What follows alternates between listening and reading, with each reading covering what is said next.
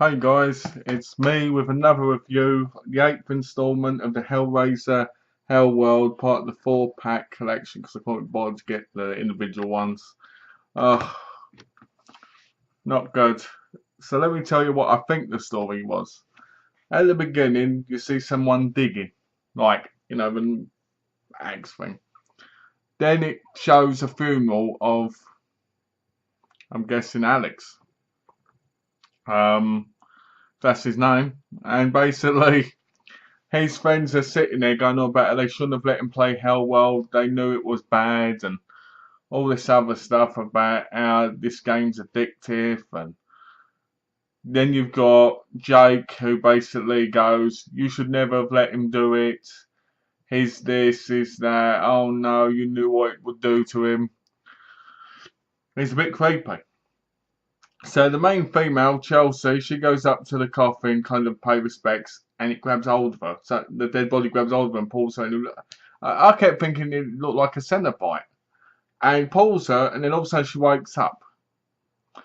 And you're like, not again. You're like, this ain't going to be another of those, are we already in hell things again, like the last two, which were also directed by Rick Boter. This was the last one to be directed by Rick Boter of Hellseeker, Deader and Hellworld. So I was like, oh no, not this same old story again. But it wasn't. They basically are playing Hellworld, which for 2008 looks like a really, really bad game on the PC. I know 2008 was quite a while ago now, but there were better games they could have made than that. It's just got these pictures flickering and one picture of Pinhead and all that, just quite bland really. And they get welcome to this event, like a Hellworld event at this house. And they all get their own invitation because it says no guests. So they all have to play the game in order to get it. So they decide to go, and then Jake turns up in the background. They get shown around, but they have to wear masks, which they hardly ever wear, and carry a mobile phone. Lance Henriksen plays the host. Thank God he's in it because it really is one of the only positives about the movie. Him and Doug Bradley both only make the movie good, but to be honest with you, Doug Bradley looked bored as Pinhead. But I'll go into that later. So basically, they're in the house. He's giving them a thing, and basically they feel like they're looking around at like these, I think there's dead babies in jars and stuff. And one moves like, and scares one of the guys. And they'll go around and they all basically do absolutely nothing but walk around and end up getting killed in really strange ways. Like one gets done with a saw thing, and looks like a saw trap, basically. Another one gets their head cut off by Pinhead by like a knife, and you're like, Pinhead doesn't do that. I don't think I've seen him do that in any of the movies. I might be wrong. I could be right. Don't know. But I don't think so. And Doug Bradley's in it. And he just seems so bored. Like, Pinhead's not used the way he normally is. He's supposed to be an intimidating, horrible false. But supposed to kind of scare you. Like, be the most hellish thing you could ever say kind of thing. And then bring your nightmares to life kind of thing in your mind and destroy you, basically. And where were the chains? The chains didn't come out once. I was like, ugh. So, this is pretty bad. So basically they're getting killed, basically one by one. And you don't really care because you don't care about the characters. Then Jake shouts to Chelsea when she's been pulled under the stair thing. Like upstairs under the balls by something. He shouts out, it's not real. It's not real. Not real. And then she pulls herself away and realizes it's not real. And he goes, is she dead? And she comes running. So then Lance Henriksen basically chases them about, like vanishing and turning up in these different places, which makes you think he's Pinhead, like how James Remar was in Inferno.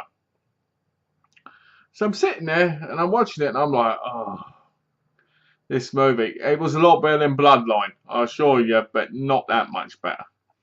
So I'm sitting there and I'm watching it. So they're basically running about.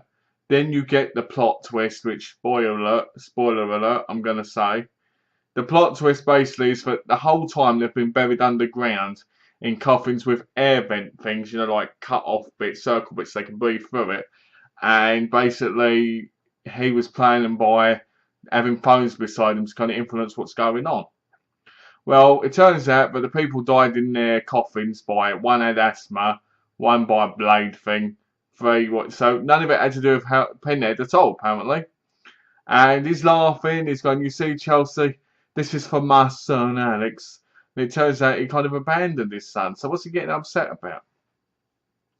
There's a cool bit where she's banging on the window and calling the police, and they turn up, and they can't see her in the window, but you can. And basically, the host, Lance Henriksen, is basically telling them he's having party and having friends over, but he doesn't know of anything, but it's probably just a drug addict.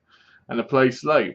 So that was pretty good, knowing that technically they were all in their own like little dream world, imagining what was happening. But it wasn't practically the same as them being in the characters in the last ones being in like hell and shit, you know, but in a different kind of way, kind of not original.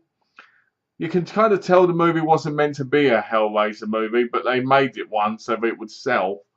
And to be honest with you, I didn't like it at all. But so Lance Henriksen, as in thingy, basically all of a sudden the police turn up and Chelsea and Jake get pulled out of the coffins. All of a sudden he's gone. He's not going to kill them. Voila, right? And you're like, what the hell happened? Why didn't he finish him off? You know, you're just sitting there going, what's wrong with this movie? It's crap. And it's supposed to be, is it R-rated? Yeah, it's supposed to be R-rated. It felt like it didn't feel R-rated. I mean, don't get me wrong. There were some, you know, kind of supposed scary moments that weren't actually scary at all. And the moments with Pinhead in were just dreadful. Doug Bradley was like this the whole time. You know, felt like he wanted to pull the pins out of his head and start his career again. Because it was that bad. But it was direct to video. So anyway, going back to the ending. So then it shows them all right, and they're going, "Oh, what was it?" Jake says to her, "Oh, I'll let you see a sunset with me." While he's on the thing going in the ambulance or something, I don't know. And then you see Lance Henriksen's character in, I'm guessing, a hotel room or motel room, something like that. And he's got the box, the layman configurement puzzle box. And he touches it, and it comes open, and you see Pinhead and 2 Cenobites. And you're like, oh, he's going to get torn apart. It's going to be awesome. Awesome. Come on, make this movie at least something good about it. But no. He starts going, who are you? And then he believes because he drugged the others to put them in the coffins, that he must have done something to himself. So he's going, wake up, wake up. And you're like, wake me up, because I'm asleep watching this movie. So then all of a sudden, I'm guessing it's supposed to be like the Chatwin Cenobite, because I can't really tell, but I'm guessing it's what's meant to be, because who knows what Cenobites are alive and not nowadays in these movies. So basically then, one Cenobite comes with this big massive knife thing. People probably know what it is. It's like, you know, like in Saw, when the guy's laying there for, what's his name? Detective Hoffman kills, where the blade goes, like a half moon blade thing. It's like half of that. Smaller. And he swings it around and slices him twice. And then you get some of the worst CGI I've seen of him falling, then his actual body falling, and then him in half on the floor, and it just looks so fake. It's so bad. I was like, oh. Then there's a couple of breast shots in it throughout the movie, and you're just like, don't really care. Then you've got oh yeah, and then right at the very end, you've got Jake and Chelsea driving down the road, and he goes, "I keep my promise." You get to see your sunset. And they're all loved up and everything. They didn't love each other in the movie originally. You didn't see anything between them really, other than we're the last 2 survivors kind of thing. And I'm guessing they're supposed to have history, because it kind of indicates that at the beginning. But you're like, eh. And so they're driving down the road, and all of a sudden, Lance Henriksen's character, because he's only called the host in the film, so I don't like calling him that. Hey, you know, at the end. So basically, he's sitting there and he kind of puts his arm forward, and they're like, ah! Then they stop and he's not there. They just look at each other, and that's basically the end of the movie. And you're like, I thought Deader was bad, and I thought Bloodlines was bad. Bloodlines is definitely the worst. Then I would probably put this one and then Deader as the 3 worst. I absolutely can't stand Bloodlines or Deader. Deader wasn't, not Deader, Deader was good. It wasn't that good, but it was good compared to this and Bloodlines. So yeah, that was a terrible movie. Doug Bradley stars in it, obviously, as Pinhead, and you're just like, he needs something to do. They don't use Pinhead or the Cenobites at all, practically. And it's a really cheap movie. I think it cost $5 million. I think the budget was $5 million. And with that budget, they should have used Pinhead more. Doug Bradley's awesome and very terrifying in the first 2 movies. I really, really think they should have used him more. But I think a lot of people who like Hellraiser do. You know, I mean, the best part about the first couple is the Cenobites. Because they're just as creepy as he is. After that, boom, they're not that creepy anymore. They're just weird. So Lance Henriksen and Doug Bradley basically make this movie, and it's got Henry Cavill in it who plays Mike. Henry Cavill is now Superman. Come a long way. I thought I'd add that in there because, you know, he's in it. I don't really care for him that much. Haven't watched Superman yet, or Man of Steel, I should say. I haven't watched Man of Steel yet. I own it, but I haven't watched it yet, so I don't really care about him. But I know he's in it, and I know he's kind of a big name now. So for that.